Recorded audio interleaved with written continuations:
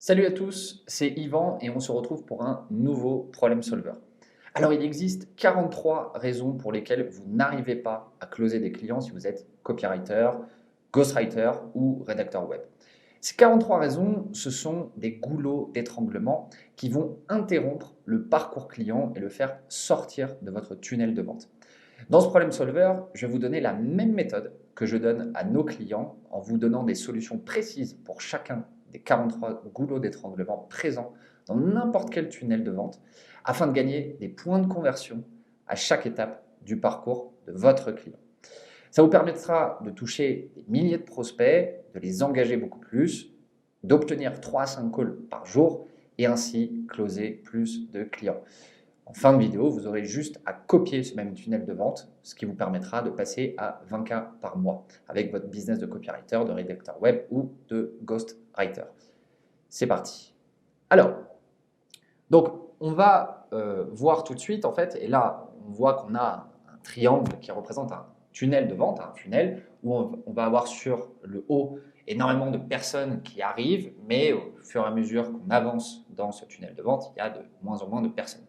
Et si vous n'avez pas déjà pensé à un tunnel de vente, et encore pire, si vous n'arrivez pas à identifier les points où vous allez pouvoir améliorer votre tunnel, malheureusement, vous allez avoir peu de personnes en haut et à chaque point et à chaque goulot d'étranglement, vous allez avoir énormément de personnes qui sortent de votre tunnel de vente. Et donc, on va avoir en fait une double analyse, à savoir l'analyse du parcours client, qui est ici sur la gauche, et les bouchons d'étranglement à chaque étape du processus.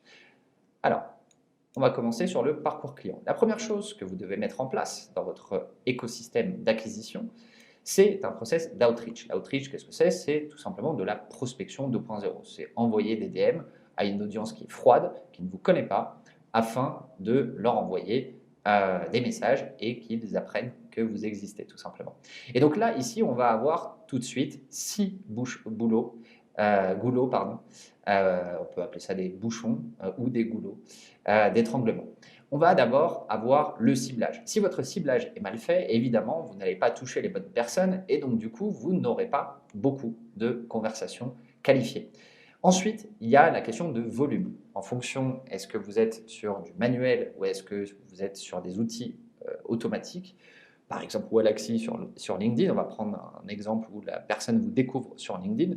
Wallaxy vous permet d'envoyer certains messages, mais il faut comprendre aussi les restrictions qu'a LinkedIn en termes de messages envoyés. Plus votre compte va être chauffé, va être ancien, etc., vous allez pouvoir augmenter votre nombre de messages envoyés par jour. Et donc ça, il faut bien faire attention pour ne pas être banni, mais il faut en envoyer suffisamment pour toucher un maximum de personnes. Ensuite, on a la personnalisation. Oui, parce que si vous envoyez un message où on a compris dès les premiers mots que c'est un message que vous envoyez absolument à tout le monde et qui n'est pas personnalisé, bah, du coup, la personne se dit « Ok, c'est pas pour moi, c'est un message automatisé », du coup, elle ne répond pas. Ensuite, il y a le hook, ce qui est l'accroche de votre message. Elle doit être percutante, elle doit trigger la curiosité de votre prospect, puisque si il est trigger, eh bien, il va vouloir continuer à lire votre message. Et ensuite, il y a la valeur. Qu'est-ce que vous allez proposer dans votre message?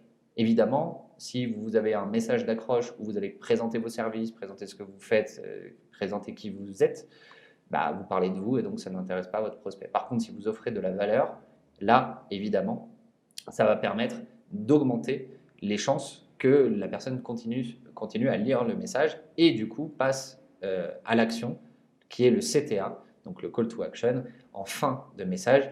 Et oui, il y a beaucoup de messages où le CTA soit faible, ça ne donne pas envie, il n'y a pas assez de curiosité, il n'y a pas assez de bénéfices pour le client. Donc là, vous vous rendez compte que simplement sur votre stratégie d'outreach, de prospection, il y a déjà 6 goulots d'étranglement. Si vous n'optimisez pas ça au niveau du ciblage, le volume de messages que vous envoyez, est-ce que vous personnalisez, est-ce que votre hook est de qualité, est-ce que vous offrez de la valeur à l'intérieur de votre message de prospection et est-ce que le CTA, il y a de la curiosité, il y a du bénéfice pour le prospect, ce sont tout autant de goulots d'étranglement que vous pouvez optimiser, qui vous feront gagner un nombre incalculable de personnes que vous allez pouvoir envoyer vers justement votre post LinkedIn. Puisque si il commence à faire partie de votre réseau, eh bien, il va s'intéresser à votre contenu. Si il voit que c'est absolument pas une approche qui lui plaît, ou en tout cas qui lui correspond, bah, il ignorera tout simplement votre contenu. Et donc là, on a la deuxième étape de votre, en tout cas du parcours client, qui est le fait que votre prospect va lire votre post LinkedIn. Et donc ici, il y a différentes choses. Il y en a encore 5 goulots d'étranglement. Il y a déjà le choix du sujet ou du pain point que vous allez essayer de régler dans ce post LinkedIn. Et oui, parce que si vous parlez de vous, si vous parlez de vos services, etc., ce sera un mauvais choix de sujet et évidemment, ça n'intéressera pas votre prospect. Donc, important que les sujets choisis soient toujours reliés à des problèmes, des pain points de votre prospect. Ensuite, il y a le hook, évidemment, vous savez comment marche LinkedIn a priori, mais la première phrase va déterminer si la personne va cliquer sur lire plus, voir plus, et si elle ne clique pas, bah, évidemment, en fait, tout le reste importe peu. Vous avez le corps de votre texte, comment vous allez offrir de la valeur, comment vous allez utiliser la technique du toboggan glissant. Alors, le toboggan glissant, qu'est-ce que c'est? C'est comment amener le lecteur de passer d'une phrase à une autre de manière logique et de maintenir son niveau d'intérêt élevé. On a également le CTA. Qu'est-ce qu'on veut qu'il fasse? Est-ce qu'on veut qu'il passe à l'action dans son business? Est-ce qu'on veut qu'il s'abonne? Est-ce qu'on veut qu'il soit redirigé sur un de nos réseaux sociaux? Est-ce qu'on veut qu'il prenne rendez-vous? En fonction de ça, en fonction du choix du CTA, en fonction de la manière dont il est articulé et en fonction du bénéfice qu'aura le prospect à suivre votre appel à l'action, eh bien, on va plus ou moins perdre des points de conversion. Et encore, et enfin, vous avez la photo qui va accompagner votre post. Oui, parce que si vous postez sur LinkedIn sans mettre de photo, malheureusement, votre post aura moins de reach. Et donc, c'est évidemment un goulot d'étranglement. Donc, il y a le fait d'en mettre une, mais il y a aussi le choix des photos qui va permettre de permettre à votre prospect d'arrêter de scroller sur son feed d'actualité LinkedIn. Une fois qu'il a lu votre post LinkedIn, qu'est-ce qu'il fait? En général, il se dit « Ah tiens, c'est intéressant, qui est cette personne ?» Et je vais sur son profil LinkedIn. Et donc là, on va se retrouver également avec 4 goulots d'étranglement. On a l'optimisation de la photo de couverture qui doit être évidemment optimisée, elle doit être bien designée, elle doit refléter votre identité visuelle, votre branding, elle doit dire clairement quelle est votre proposition de valeur et éventuellement, si vous en avez, de la preuve sociale et preuve d'autorité. On a la photo de profil qui doit être évidemment professionnelle, qui doit refléter qui vous êtes. Et donc là, on va également pouvoir gagner des points de conversion. On a votre USP qui va être dans votre bio techniquement. USP, c'est Unique Selling Proposition, qui va tout simplement en fait, résumer votre offre. Qu'est-ce que vous avez à proposer aux prospects qui arrivent sur votre profil. Et donc, si elle est mal articulée, elle est mal pensée, elle a mal été pensée en amont, bien évidemment, vous allez perdre du coup des prospects qui vont se dire « c'est pas pour moi, c'est pas intéressant, ça ne me correspond pas, etc. » Et enfin, vous avez votre CTA, à savoir quel est le lien que vous allez mettre ici. Là, je vous le dis, tout dépend en fait de votre stratégie, mais si votre lien renvoie vers, par exemple, un site internet qui n'est pas optimisé ensuite pour la conversion, vous allez perdre forcément des points de conversion dans votre tunnel et vous allez perdre tout simplement des prospects. On passe ensuite au problem solver. Un problem solver, ce que vous êtes en train de regarder, c'est pour régler un problème spécifique de votre avatar. C'est une vidéo YouTube, on va dire long format, entre 5 et 20 minutes. L'idée est de développer une solution à un problème spécifique que rencontre votre prospect de manière gratuite. Puisque si il voit que vous êtes en mesure de régler son problème de manière gratuite, alors il vous fera confiance et vous allez gagner en autorité et en expertise à ses yeux.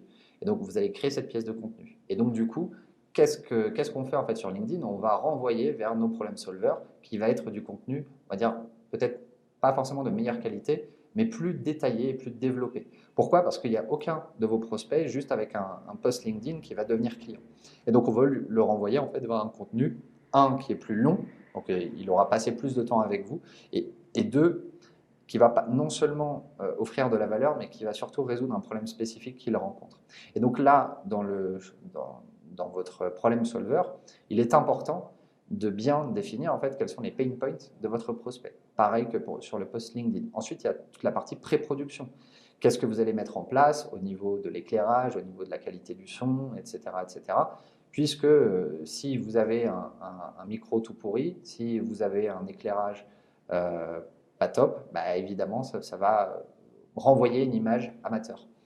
Il y a également la vignette de votre vidéo qui va être ultra importante. Pourquoi? Parce que si la vignette n'est pas intéressante, n'attire pas l'attention de votre prospect, bah, il ne cliquera pas. De la même manière, le titre doit être pensé par rapport au SEO, par rapport aux recherches que les personnes pourraient faire, et il doit être aussi court, faire moins de 60 caractères, moins de 70 caractères sur YouTube afin qu'il apparaisse en entier, et il doit être curiosity driven, donc pour donner envie à la personne de cliquer. Puisque si, évidemment, le titre et la vignette ne sont pas bons, et bien en fait, tout le reste qui suit importe peu.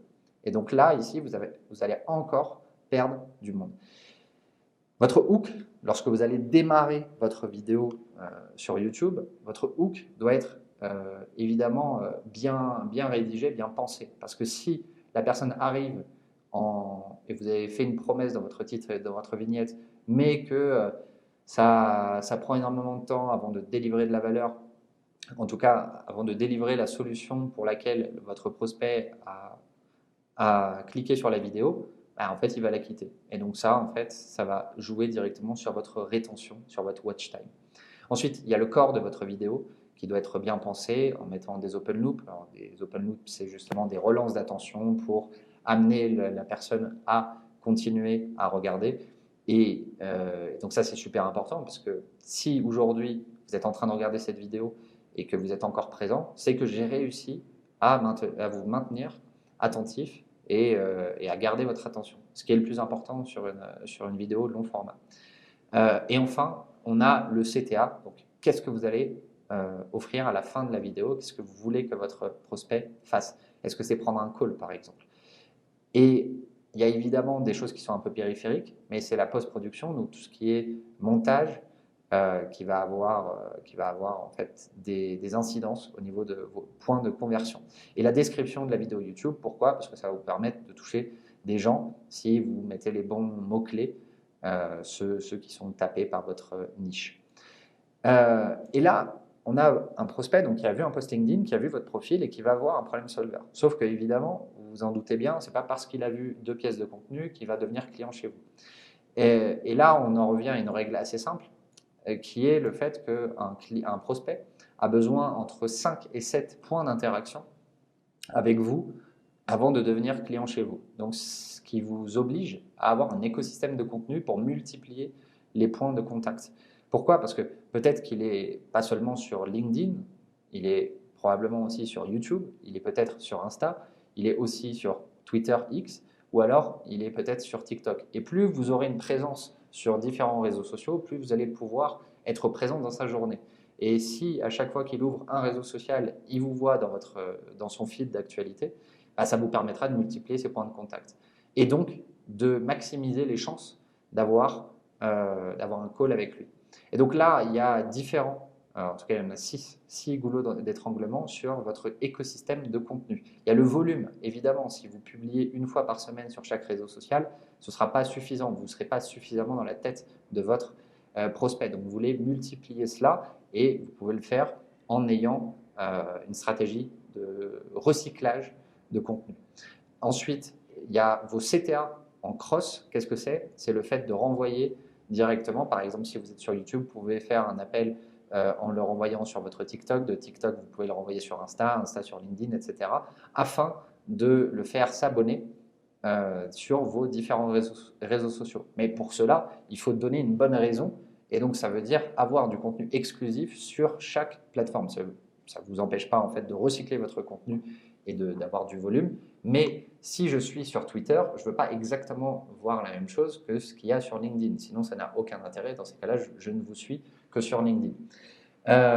Des lead magnets. Lead magnet, c'est grosso modo une pièce de contenu gratuite que vous allez envoyer, mais à condition d'avoir quelque chose en échange. C'est-à-dire, vous allez pouvoir demander un mail, vous allez demander à certaines personnes de commenter afin de les engager. Et donc, ça va vous permettre d'avoir un point de contact supplémentaire.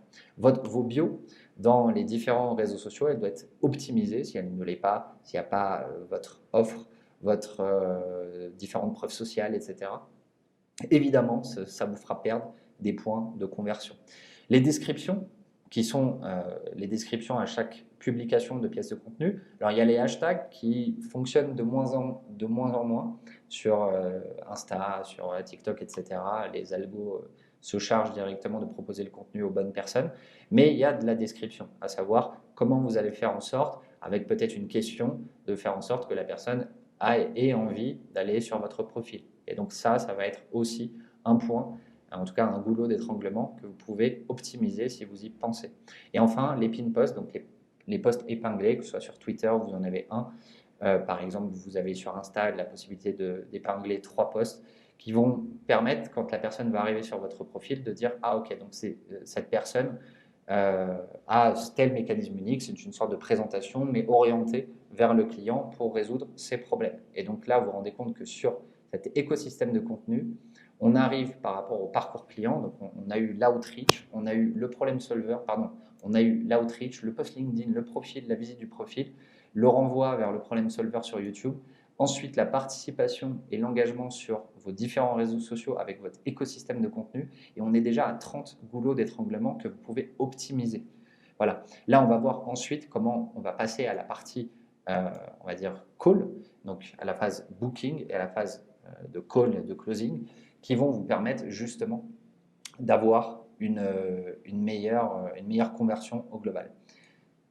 Donc là, on passe au booking, c'est-à-dire que la personne a vu différents contenus, elle a trouvé ça intéressant, vous avez gagné en expertise, vous avez gagné en autorité face à votre prospect, et donc du coup, il se dit « Ok, je vais prendre un call, ça m'intéresse. » Mais, et c'est là où beaucoup d'entrepreneurs font cette erreur quand ils utilisent ce type de tunnel de vente, qui sont utilisés par les plus gros entrepreneurs aux États-Unis, que ce soit Alex Hormozy, Iman Ghazi, etc. Et l'idée, c'est d'avoir du What's in it for me. Alors, le What's in it for me, c'est quel est le bénéfice pour votre prospect de prendre un call. Parce que si vous appelez ça un call de vente, bah, vous aurez forcément moins de personnes qui voudront prendre un call. Par contre, si vous savez comment présenter les choses afin de régler un problème spécifique de votre audience, eh bien, vous aurez beaucoup plus de calls qui sont remplis dans votre calendrier. Ensuite, il y a la question du filtre, comment vous allez filtrer afin d'avoir un meilleur taux de closing par la suite. Donc, c'est des questions, on va dire, excluantes, ou en tout cas qui vous permettra aussi de mieux connaître la personne qui a pris rendez-vous et donc d'axer votre présentation plus tard dans le call de manière plus personnalisée. Il y a le fait d'envoyer des rappels qui sont souvent automatiques, mais qu'est-ce que vous allez dire dedans pour hyper la personne qui a pris ce call? C'est super important, puisque si vous n'envoyez pas de rappel et si vous en envoyez, mais que vos rappels ne donnent pas vraiment envie, bah, la personne en fait n'arrivera pas à l'appel tout simplement et vous allez perdre une demi-heure sur votre calendrier. La disponibilité, c'est super important.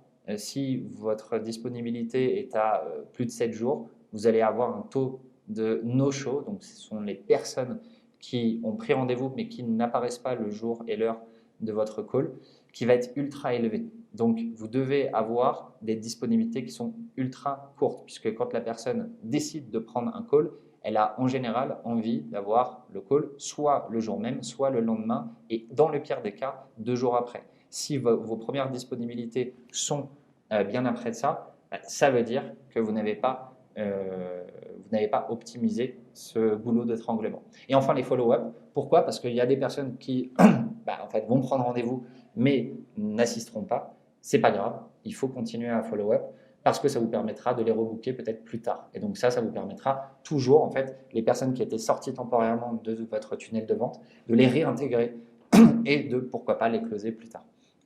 Et enfin, on en vient à la dernière étape avec l'appel de vente. Un appel de vente qui doit être appelé comme ça que si vous avez des prospects qui sont qualifiés, mais normalement vous avez fait le boulot pour avoir en fait des personnes qui sont déjà prévendues sur votre offre, puisqu'elles ont déjà vu plusieurs pièces de votre contenu, elles ont été préqualifiées grâce au système de booking que vous avez mis en place. Et donc là, on se retrouve dans l'appel de vente. Et donc là, on va se retrouver avec pas moins de 4, 7, 8 goulots d'étranglement pour arriver jusqu'au numéro 43. Première chose, c'est la préparation de vos questions de découverte. Si vous posez des questions de qualité, vous aurez des réponses de qualité. Si les réponses sont de piètre qualité, forcément, c'est que vous devez retravailler vos questions. Pourquoi poser de bonnes questions? C'est pour découvrir quels sont les pain points de votre prospect, de la personne que vous avez en face. Si vous arrivez, grâce à un système de questions, à découvrir les problèmes spécifiques, alors vous arriverez à pitcher votre offre de manière personnalisée, en répondant exactement à ces pain points. Ensuite, c'est votre mécanisme unique. Quand vous avez votre business de copywriter, de rédacteur, etc., quel est votre mécanisme unique? Qu'est-ce qui fait que votre solution est unique et en tout cas qu'elle marche? Ça, c'est super important, mais évidemment d'y penser en amont, mais c'est ce dont vous allez parler en call. Moi, dans le business de Momentum, il faut bien comprendre que notre mécanisme unique, c'est le fait d'appliquer des écosystèmes, un écosystème d'acquisition, un écosystème de conversion, de deliverability, de monétisation back-end. C'est ça, en fait, le mécanisme unique. Si vous êtes convaincu que ce mécanisme unique d'avoir un tunnel de vente avec des étapes précises, des processus, des automatisations, c'est ce qui marche, alors vous serez aussi convaincu que l'accompagnement qu'on offre chez Momentum, qui vous permet en tant que copywriter, rédacteur SEO ou web ou ghostwriter, vous permettra de scaler à 20 cas par mois. Si vous n'êtes pas convaincu par ce mécanisme unique, évidemment, vous ne serez pas client. Mais si vous êtes encore là dans cette vidéo, c'est qu'a priori, j'ai su toucher votre intérêt. Enfin, poursuivons le numéro 38. Quels sont les hits de votre offre? Qu'est-ce qu'un hit? Ce sont les composantes de votre offre pour lesquelles votre prospect serait capable de payer le full price alors qu'il n'a même pas le reste. Pourquoi? Parce que vous avez identifié certains aspects de ces problèmes. Par exemple, je vais vous donner un exemple si vous êtes copywriter, c'est le fait de fournir 5 templates d'emails que lui pourra réutiliser en fait dans sa newsletter. Ça fait partie par exemple de l'accompagnement que vous pourriez offrir à vos prospects. Et ça, c'est par exemple un hit. La garantie, puisque ça va minimiser le risque de votre prospect à l'idée de prendre un accompagnement ou en tout cas une prestation chez vous. Enfin, la présentation, c'est par exemple, ça peut être très bien fait sur Canva. Est-ce qu'elle va être optimisée? Est-ce qu'elle va être bien structurée? Est-ce qu'elle va mettre l'accent non pas sur les features, donc les caractéristiques, mais sur votre mécanisme unique, la big idea que vous voulez mettre en avant et aussi les bénéfices et minimiser les contraintes de travailler avec vous. La préparation aux objections, évidemment, si vous n'êtes pas prêt, vous allez perdre énormément de prospects ici. Par exemple, c'est trop cher, on verra ça plus tard, je vais y réfléchir, etc. Ça, c'est à vous justement de réfléchir aux réponses à ces objections qui seront évidemment fréquentes. Et le close, il y a des techniques de closing que nous, on enseigne évidemment chez Momentum qui vous permettront d'avoir un meilleur taux de conversion sur vos appels. Et enfin, le follow-up. Pourquoi? Parce que toutes vos ventes ne viendront pas du premier appel, mais aussi des follow-up. Donc, qu'est-ce que vous allez dire? Qu'est-ce que vous allez faire? À quelle fréquence?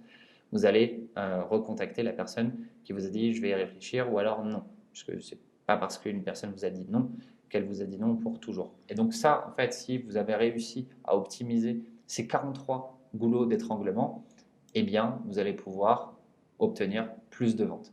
Donc, vous vous rendez bien compte ici qu'on a un écosystème qui est totalement complet, mais qui est surtout calqué sur le parcours client. Ce qui veut dire qu'il n'est pas basé sur vous, mais il est basé par rapport à un parcours typique d'une personne qui viendrait à vous découvrir et ensuite qui viendrait à booker un call avec vous. Et chaque étape représente différents goulots d'étranglement. Et moins vous allez optimiser ces goulots d'étranglement, et plus vous aurez en fait des personnes qui auraient pu signer chez vous, mais qui vont signer soit chez vos concurrents, soit qui ne vont rien faire, ce qui est encore pire. Donc voilà, j'espère que cette vidéo vous a plu. En tout cas, sachez que si vous êtes intéressé pour qu'on mette ça en place dans votre business, soit de copywriter, de rédacteur web ou SEO ou de ghostwriter, vous pouvez prendre un appel avec le lien qui se trouve en description. Je me ferai un plaisir d'essayer de vous présenter ce qui est possible avec vous pour vous accompagner, à savoir en l'adaptant à votre industrie, à votre branding, etc. Voilà, j'espère que cette vidéo vous a plu et je vous dis à très bientôt.